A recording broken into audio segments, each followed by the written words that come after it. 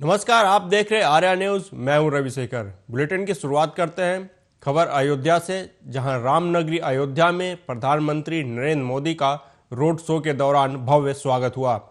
सड़क के किनारे खड़े लोग उन पर पुष्प वर्षा करते नजर आए। इस दौरान कुछ महिलाएं पीएम की आरती उतारती हुई भी नजर आईं। वहीं रामनगरी अयोध्या के इतिहास में आज कई नए अध्याय जुड़ गए। मर्यादा पुरुषोत्तम की धरती पर प्रधानमंत्री नरेंद्र मोदी चौथी बार पहुंचे। उन्होंने मिथिला से रामनगरी को रेल मार्ग से जोड़ने की संतों की बहुप्रतीक्षित इच्छा को पूरा किया। साथ ही हवाई उड़ान का सपना भी धरातल पर उतरा। रेलवे स्टेशन के नए भवन के लोकार्पण करने के बाद उन्होंने अमृत भारत और वंदे भारत ट्रेन को हरी झंडी दिखाकर रवाना किया।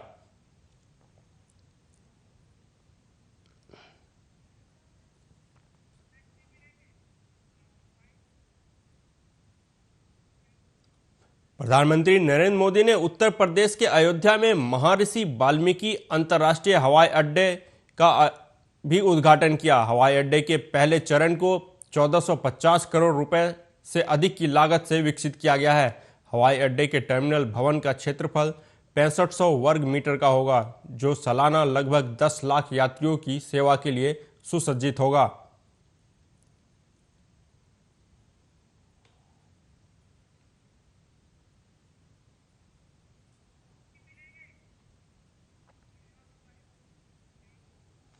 वहीं अयोध्या में प्रधानमंत्री नरेंद्र मोदी ने कहा कि आज पूरी दुनिया उत्सुकता के साथ 22 जनवरी के ऐतिहासिक क्षण का इंतजार कर रही है। ऐसे में अयोध्या वासियों में अति उत्साह स्वाभाविक है। पीएम ने कहा कि भारत की मिट्टी के कण कण और भारत के जन जन का मैं पुजारी हूं, इसलिए मैं भी आपकी तरह ही उत्सुक हूं। प्रधानमंत्री नरेंद्र मोदी ने कहा कि देश के इतिहास में 30 दिसंबर का तारीख बहुत ऐतिहासिक रही है। 1943 में आज ही के दिन नेताजी सुभाष चंद्र बोस ने अंडमान में झंडा फहराकर भारत की आज़ादी का जय घोष किया था।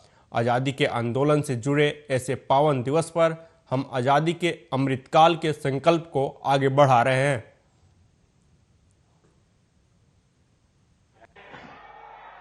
सभी लोगों को मेरा प्रणाम।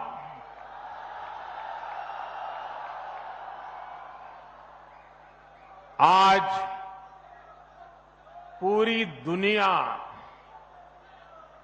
उत्सुकता के साथ 22 जनवरी के ऐतिहासिक क्षण का इंतजार कर रही है। ऐसे में अयोध्या वासियों में ये उत्साह, ये उमंग बहुत स्वाभाविक है। भारत की मिट्टी के कण कण और भारत के जन जन का मैं पुजारी हूं, और मैं भी आपकी तरह उतना ही उत्सुक हूं। हम सभी का ये उत्साह, ये उमंग थोड़ी देर पहले अयोध्या की सड़कों पर भी पूरी तरह नजर आ रहा था। ऐसा लगता था कि पूरी अयोध्या नगरी ही सड़क पर उतर आई हो। इस प्यार, इस आशीर्वाद के लिए मैं आप सभी का हृदय से आभार व्यक्त करता हूं। इतिहास में 30 दिसंबर की यह तारीख बहुत ही ऐतिहासिक रही है।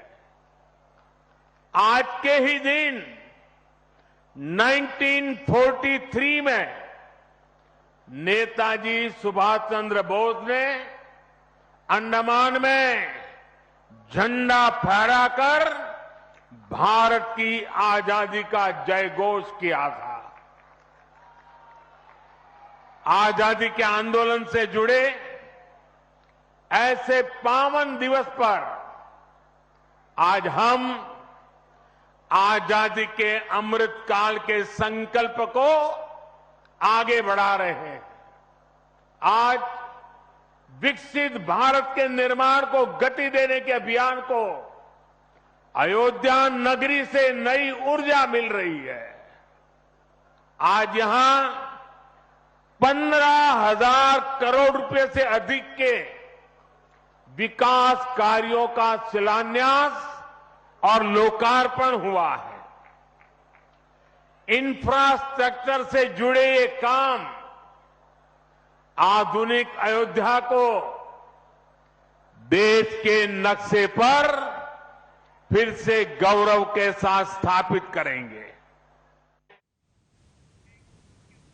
बुलेटिन में आगे बढ़ते हैं। मध्य प्रदेश के भैरुंदा में मेन रोड थाना गेट के सामने और न्यायालय के सामने सब्जी, फल, फ्रूट विक्रेताओं के द्वारा रोड पर अतिक्रमण को लेकर मुख्य नगर पालिका अधिकारी के निर्देश से हर दिन नगर परिषद की गाड़ी से अनाउंसमेंट किया जाता है। बताया जाता है कि आप अपने हाथ ठेले को एक ही जगह स्थित ना रखें, मार्केट में घूमते फिरते रहे और अपना व्यापार करते रहें। लेकिन इसके बाद भी व्यापारियों ने नियम का पालन नहीं किया।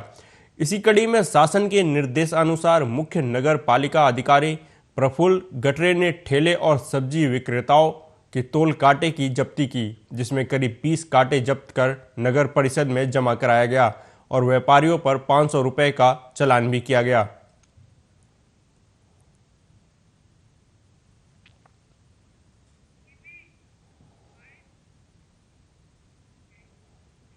वहीं भोपाल में सरकारी स्कूल MS शाहजहानाबाद की क्लास की छत गिर गई। जिस वक्त यह हादसा हुआ उस वक्त क्लास में 20 के करीब छात्र पढ़ रहे थे, जिसमें कुछ बच्चों सहित क्लास टीचर भी इस हादसे में घायल हो गए। वहीं हादसे के बाद डरे हुए बच्चों को घर भेज दिया गया।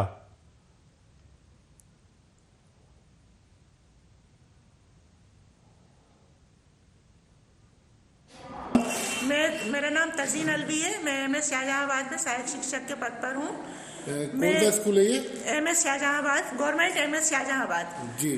तो मैं बच्चों को पढ़ा भी रही थी और थोड़ा सा वर्क भी कर रही थी साथ में। तो मैं टेबल पे झुकी हुई कुछ लाइनें खींच रही थी पेपर पे, तो इतने में एकदम छत धड़धड़ा के गिरी। पहले मैं ये समझी कि शायद पंखा गिर गया, लेकिन वो फिर मेरे पैर पे भी गिरी और बच्चों के, एक बच्चे के पैर पे और एक बच्चे की पीठ पे गिरी। वो बाकी बच्चे सब कांपने लगे, घबरा गए, रोने चिल्लाने लगे। और बस मालिक का शुक्र है कि हम लोगों की जानें बच गई। बच्चों को ज्यादा चोट आई है? नहीं, ज्यादा चोट तो मालिक का शुक्र है कि ज्यादा चोट तो नहीं आई, मामूली चोटें आई हैं। बस मेरे भी जैसे पिंडली के नीचे। बच्चों को पेरेंट्स ले गए क्या? जी, बच्चों को पेरेंट्स ले गए। कितना पुराना स्कूल है ये? सर 23 साल से तो मैं इस स्कूल में हूँ। उससे पहले भी यहाँ पे लगता था 4-6 साल पहले से जी। तो ये इसकी मरम्मत के लिए आपने किसी को? मैडम पे कई बार दिया है, पर इस तरफ की मरम्मत नहीं हुई थी, उधर पीछे की तरफ की हुई थी मरम्मत, इसकी नहीं हुई थी। नर्मदापुरम जिले में समर्थन मूल्य पर धान खरीद जारी है। इसी को लेकर शुक्रवार को नर्मदापुरम कलेक्टर नीरज कुमार सिंह ने तहसील वनखेड़ी में खरीद केंद्रों का औचक निरीक्षण कर धान खरीदी का जायजा लिया।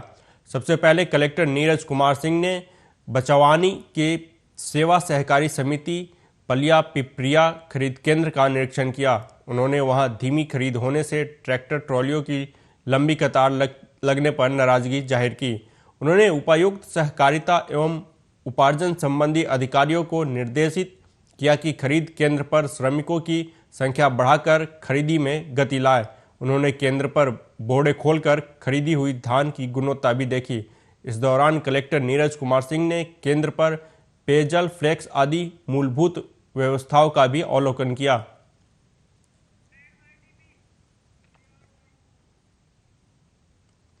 केंद्र सरकार द्वारा पारित बिल से अब ड्राइवरों में अच्छा खासा रोष व्याप्त हो गया है, जिससे ड्राइवर संघ का आंदोलन पूरे देश में दिखाई दे रहा है। जगह जगह वाहनों के चक्के रुक से गए हैं। अब ड्राइवर संघ खुलकर मैदान में उतर चुका है और आज नागदा ड्राइवर संघ ने तहसील कार्यालय में पहुंचकर SDM को ज्ञापन सौंपकर इस काले कानून को खत्म करने की मांग की है। अगर सरकार उनकी मांगें नहीं मानती है तो समस्त ड्राइवर संघ बड़ा आंदोलन भी करेंगे।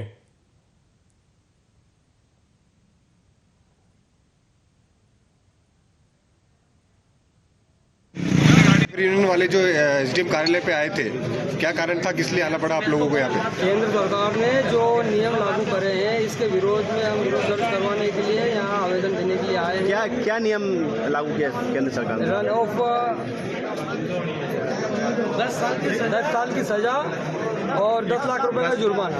एक्सीडेंट होने में वापिस कानून हटाए, क्योंकि ड्राइवर अपना अपना कैसे पालन पोषण कर रहा है। कोई भी अगर कोई करोड़पति तो ड्राइवर है नहीं है, ये तो कोई गरीब आदमी है, कहाँ से 7 लाख जुर्माना भरेगा? 10 साल अगर वो उसको मिल जाए सजा तो उसका पालन पोषण कैसे होगा?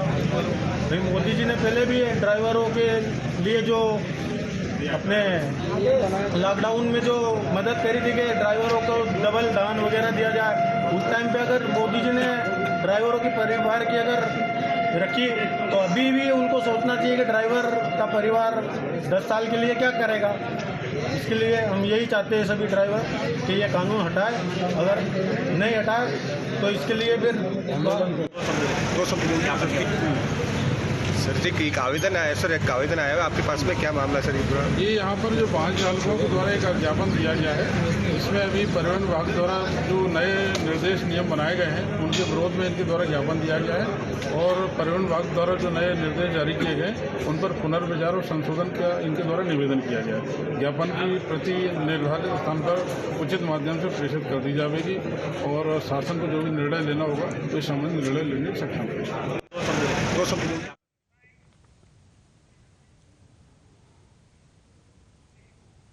उधर नर्मदापुरम जिले के प्रसिद्ध पर्यटन स्थल पंचमढ़ी में पंचमढ़ी नौरंग कार्यक्रम का शुभारंभ हुआ, जहां हाट बाजार पंचमढ़ी में दीप जलाकर कार्यक्रम का शुभारंभ किया गया।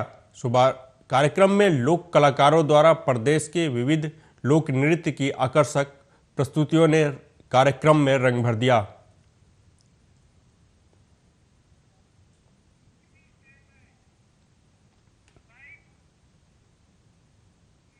बढ़ते हैं अगली खबर की तरफ। शिवपुरी नगर पालिका में आज परिषद की बैठक हुई, जिसमें शिवपुरी से नवनिर्वाचित विधायक देवेंद्र जैन पहली बार परिषद की बैठक में शामिल हुए।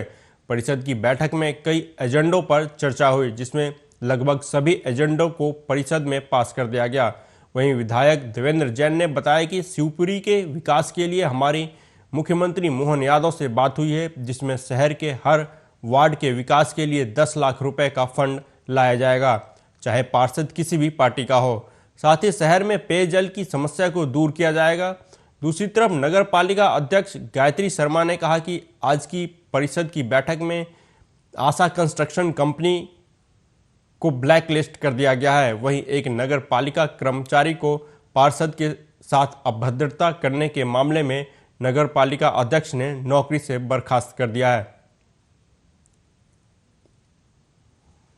रहे और फिर इसके बाद इसी हॉल में आप एज ए विधायक शामिल हुए, तो आज की बैठक में क्या मुद्दों पर बात हुई और क्या आपने मार्गदर्शन दिया?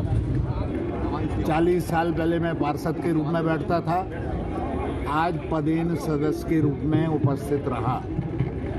हमारे सभी पार्षद भाई बहनों को ये समझाने का प्रयत्न किया कि शिवपुरी नगर अपना एक पूरा परिवार है और आप सब 39 और देवेंद्र जैन मिला के 40 लोगों का उद्देश्य एक है। आज बैठक हुआ आपका और बहुत सारे बिंदुओं पे चर्चा भी हुई, कुछ पे सहमति बनी, कुछ पे असहमति बनी। क्या रहा बैठक का मुद्दा आज? हमारी बैठक बहुत अच्छी हुई, सारे मुद्दे पास हुए। एक मुद्दा ऐसा था बाजार का जो समझ में नहीं आया, उसको अगली बार के लिए रख लिया है और हमने आज आशा कंस्ट्रक्शन को ब्लैक लिस्ट किया है। उन्होंने मेरे शहर को खराब किया है, मेरे पार्षदों को परेशान किया है। पानी के ठेकेदार ने मेरे पार्षदों को परेशान किया है, उस पर कार्रवाई की गई है। और हमारा एक कर्मचारी जो हमारे पार्षद से बदतमीजी कर रहा था, उसको आज हटा दिया नौकरी से। उपस्थित पार्षदों में भारतीय जनता पार्टी के भी हैं, कांग्रेस के भी हैं और निर्दलीय भी होंगे। मेरा पूरा राजनीतिक जीवन किसी से भी तलाश लें, कभी दलीय परंपरा में नहीं पड़ा। मैं जब भी चुनाव लड़ाऊं चुनाव 20 दिन का होता है, उस समय हम अपने अपने राजनीतिक दलों की बात करते हैं, हमारे मैनिफेस्टो की बात करते हैं, हमारे उद्देश्यों की बात करते हैं। और व्यास जी ने जैसा कहा, चुनाव हो गया, दलीय राजनीति समाप्त।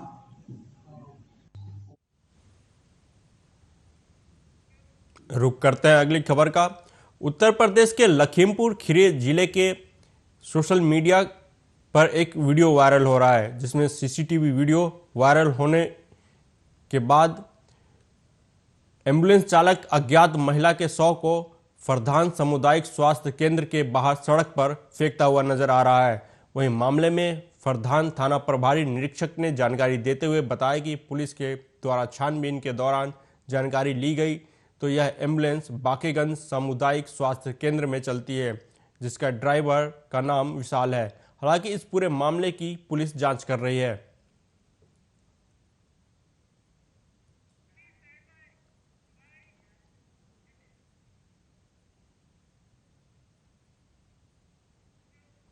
उधर आगरा में रूफटॉप रेस्टोरेंट और क्लब में अवैध रूप से प्रतिबंधित हुक्का पिलाने पर पुलिस लगातार कार्रवाई कर रही है। इसके बावजूद ऐसे मामले रुकने का नाम नहीं ले रहे हैं। आगरा में फिर से एक रूफटॉप रेस्टोरेंट में अवैध रूप से हुक्का बार संचालित करने का वीडियो सोशल मीडिया पर वायरल हुआ है। यह वीडियो थाना ताजगंज क्षेत्र का बताया जा रहा है। पुलिस ने छापा मारकर 2 लोगों को पकड़ा है और हुक्का समेत अन्य सामान भी बरामद किया है।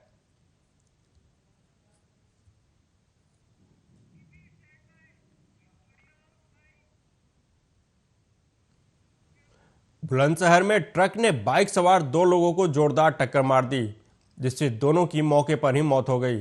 हादसे के बाद ट्रक चालक मौके से फरार हो गया। मौके पर पहुंची पुलिस ने दोनों शवों को पोस्टमार्टम के लिए भेज दिया है। हादसा सिकंदराबाद कोतवाली क्षेत्र के सिरोधन कट पर हुआ।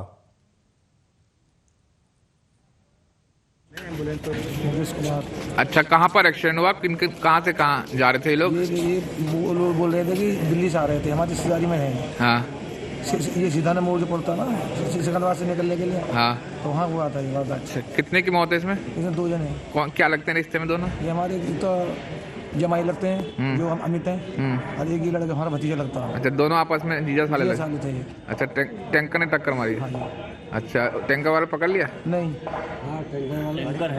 टैंकर व्यस्त में है। अच्छा।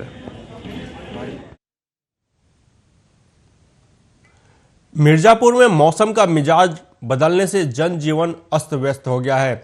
घने कोहरे और बादलों की ओट में सूरज के छिपने से जिले का तापमान लुढ़क कर न्यूनतम 11 और अधिकतम 24 डिग्री सेल्सियस पर जाकर ठहर गया है। सुबह से ही धरती ने कोहरे की चादर ओढ़ रखा है। ऐसे में सड़क पर वाहनों के साथ ही ट्रेनों की रफ्तार धीमी पड़ गई। जिले में 7 रैन बसेरा के साथ ही 300 जगहों पर अलाव जलाया गया है। इसके साथ ही करीब 6,337 कंबल का जरूरतमंद लोगों के बीच बांटा गया है।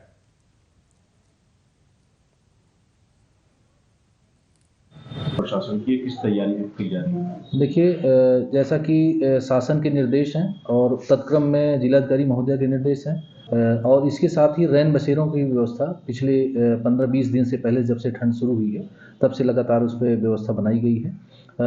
आज के दिन हम ये बताना चाहेंगे कि हमारे जनपद में कुल 7 रैन बसेरे संचालित हैं, जिसमें सभी प्रकार से सारी जो मूलभूत आवश्यकताएं होती हैं उसकी पर्याप्त व्यवस्था की गई है।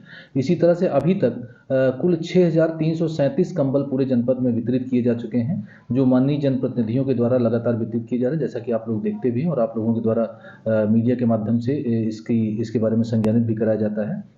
इसके साथ ही लगभग 300 से अधिक स्थलों पर हमारे अलाव जलाए जा रहे हैं, और जो ठंड के दृष्टिगत सभी उप जिलाधिकारी, सभी तहसीलदार और सभी। हमारा नाम श्यामलाल है। अच्छा श्यामलाल जी, ठंड बहुत अधिक पड़ रही है, जिसके कारण अत्यंत सब गरीब आदमी परेशान है। शर्मा जी, यहाँ पर लकड़ी का व्यवस्था जल्द से जल्द किया जाए ताकि कुछ गरीब आदमी का बचाव हो सके। अच्छा, ठंड से बचाव के लिए आप लोग क्या कर रहे हैं, किस चीज़ का सहारा ले रहे हैं? लकड़ी ढूंढ ढांड के ला के जला रहे हैं, कहीं मिल नहीं रहा है, इसलिए हम लोग बहुत परेशान हैं। प्रशासन की तरफ से, नगर पालिका की तरफ से हम लोग को लकड़ी दिया जाए ताकि अलाव जले और लोगों को राहत मिले। क्यों प्रशासन तरफ से लकड़ी नहीं गिर रहा है? नहीं गिर रहा अभी तक, कोई लकड़ी नहीं गिरा है। कहीं कहीं भी तो गिर रहा होगा। कहीं कहीं गिर रहा होगा, जो गिरा हो, लेकिन यहाँ पर इधर कहीं नहीं गिर रहा है। हमारा नाम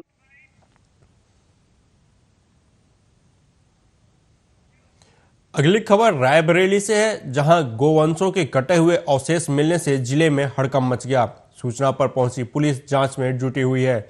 मामला शहर कोतवाली क्षेत्र के रेलवे स्टेशन के पास बने कूड़ा घर का है, जहां आज सुबह कूड़ेदान में गोवंशों के कटे हुए अवशेष मिलने से हड़कंप मच गया।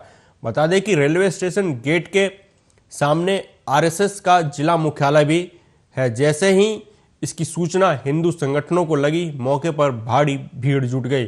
घटना से हिंदू संगठनों के अलावा स्थानीय लोग आक्रोशित होने लगे। घटना की सूचना पर पुलिस प्रशासन के हाथ पांव फूल गए और पुलिस अधीक्षक आलोक प्रियदर्शी ने भारी पुलिस बल के साथ मौके पर पहुंचकर घटनास्थल का निरीक्षण करने के बाद आसपास के सीसीटीवी फुटेज की छानबीन करके गोवंशों के अवशेष फेंकने वालों की तलाश शुरू कर दी है।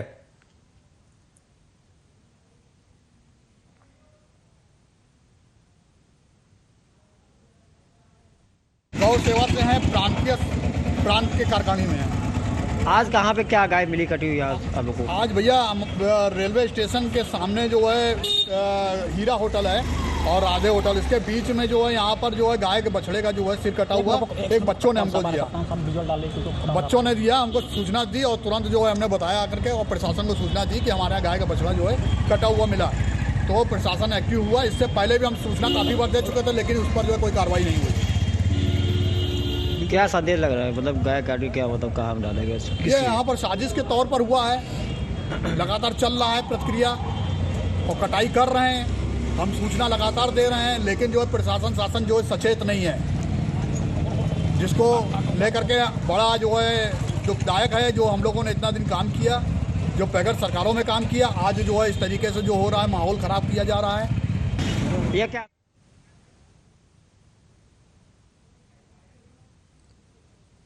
गाजियाबाद के थाना लोनी के निठोरा रोड स्थित अमन गार्डन कॉलोनी में एक युवक ने अपनी मां की धारदार हथियार से हत्या कर दी। युवक नशा करता था और मां से पैसे मांगता था। आशंका जताई जा रही है कि पैसे ना देने पर बेटे ने अपनी मां की हत्या कर दी। पड़ोसियों ने बताया कि 24 साल का शाहरुख अपनी मां दिलशाद बेगम के साथ रहता था। शाहरुख नशे का आदी था और अक्सर नशे में घर में विवाद करता था। नशे के लिए वह अपनी मां से पैसे की भी मांग करता था। बताया जा रहा है कि झगड़े से तंग आकर दिलशाद बेगम अपनी बेटी के यहाँ 3-4 दिन से पहले चली गई थी। पड़ोसियों को भी इस बात की जानकारी नहीं है कि वह कब वापस आई। शनिवार सुबह पड़ोसियों को जानकारी मिले कि दिलशाद बेगम की हत्या हो गई है। इसके बाद उन्होंने पुलिस को सूचना दी।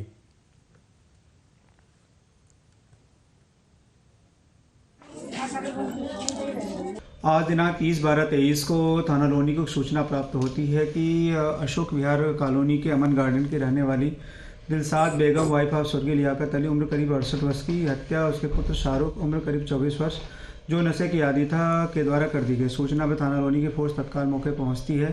शव को कब्जे में लेकर पंचायतनामा आना आवश्यक विधिक कार्रवाई की जा रही है। शाहरुख को हिरासत में ले लिया गया है। आस पड़ोस के लोगों से पूछने पता चला कि शाहरुख नशे का आदी था तथा अपने मां से पैसे की मांग करता रहता था तथा मारपिटाई करता रहता था। इस संबंध में अनावश्यक विधिक कार्रवाई। आज दिनांक 30/12/23 को थाना लोनी को सूचना प्राप्त होती है कि अशोक विहार कॉलोनी के अमन गार्डन के रहने अभी जी क्या हुआ है? ऐसा हुआ, ये जो अम्मा थी पहले बात उन्होंने तहरीर दी थी अम्मा ने 15-20 दिन पहले। ये कहा था कि मुझे इससे डर है, तो अम्मा ने बुराई ये लगाई थी कि भाई इससे मुझे सेफ्टी चाहिए, अरे घर में मेरा आना नहीं चाहिए। ठीक है जी, तो हम तहरीर दे के मोटे साइन वाइन करवा के अम्मा के हम आ गए। मैं मौजूद वहाँ था। अभी कुछ दिन बाद ही अम्मा भी कहने लगी मोहल्ले वालों से कि भाई मैं अपनी लड़की के जा रही हूँ 3 दिन के लिए। अब ये नहीं पता बेचारी 3 दिन के बाद कब आई, कल आई या परसों आई, इसने क्या करा क्या नहीं। जी कहाँ रहते हैं आप? मैं इसमें फेस 2 में। अच्छा, नीचे इसमें क्या मामला है, क्या हुआ यहाँ पर? ये लग रहा है कि माँ बाप ये लड़का नशा करता ही है जी, तो इसने बेटे के खिलाफ भी उधर रखी थी माँ ने भी। अच्छा, तो मुझे खतरा है इससे जी, और इसने भी एप्लीकेशन दे रखी थी जी, अब ये बताया कि आज सुबह वो खुद थाने पहुंच गया। अच्छा, हाँ, मार के बेटे की उम्र कितनी है? 24-25 साल बताए। 25 साल। उनके भाई मेरी माँ को मार दिया पड़ोसी ने। क्या नाम है लड़के का? शाहरुख। और जिसकी हत्या हुई है उनका नाम है दिलशाद बेगम। दिलशाद बेगम। फिलहाल इस बुलेटिन में इतना ही। देखते रहिए आर्या न्यूज़। नमस्कार।